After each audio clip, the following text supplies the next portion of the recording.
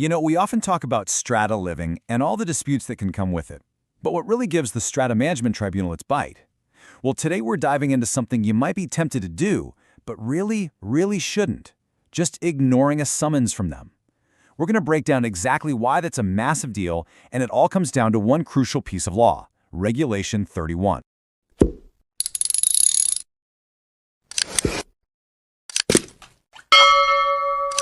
Okay, so let's set the scene. You get this official-looking letter. It's a summons. It's got your name on it, and it says you have to show up at the Strata Management Tribunal. Now, your first thought might be, it's just a tribunal, not a real court. What are they going to do if I just don't go? Well, as we're about to see, the law has a very clear and very serious answer to that question.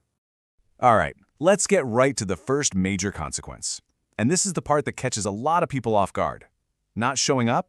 It's not just a slap on the wrist or a simple mistake. No, the law sees it as something way more serious. It's actually a criminal offense. And I'm not exaggerating here. Think about it. The whole point of the tribunal is to solve problems in your community, right? But it can't do that if people can just choose to ignore it.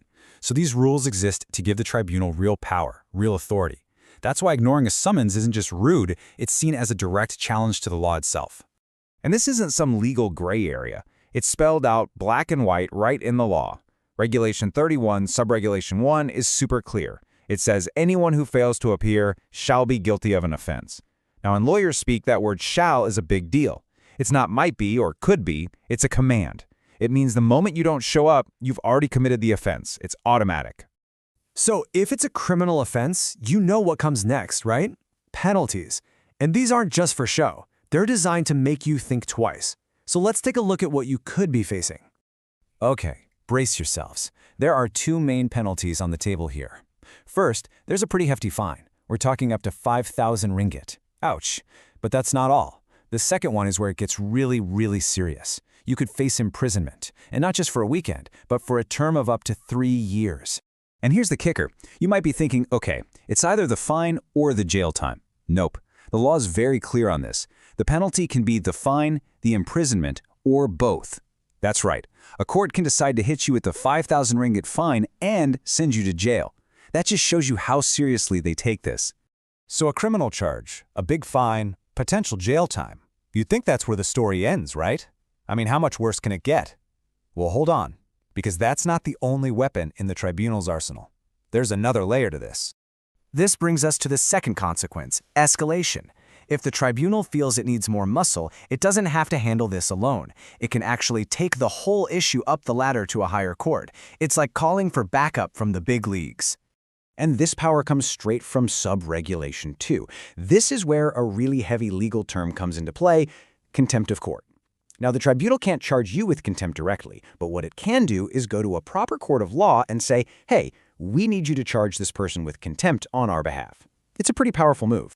So, what on earth is contempt of court? It sounds intimidating, and it is. Basically, it means you're being disrespectful to the legal system itself. You're thumbing your nose at the authority of the court. By ignoring that summons, you're not just ignoring the tribunal. You're seen as defying the entire system of justice that gives it power. So, practically speaking, what happens is the tribunal goes to a higher court and basically says, look, this person is ignoring us. They're undermining our authority, which you gave us. We need you to step in and show them this is serious. And just like that, the whole situation gets kicked up a notch, and now you've got the full weight of the formal court system involved. Okay, I know what you might be thinking. A fine, jail time, contempt of court. Isn't that all a bit much for a tribunal? Well, there's a really important reason why these rules are so tough. It really gets to the core of why we even have these tribunals to begin with. So let's put it all together. It's this really clever two-pronged attack. First, not showing up is an instant offense with its own serious penalties. That's the first punch. But then there's the second punch. The tribunal can escalate the whole thing to a higher court for contempt. It's this 1-2 combo that's designed to make sure people take it seriously. At the end of the day, all these rules are here for one reason: to make strata living actually work.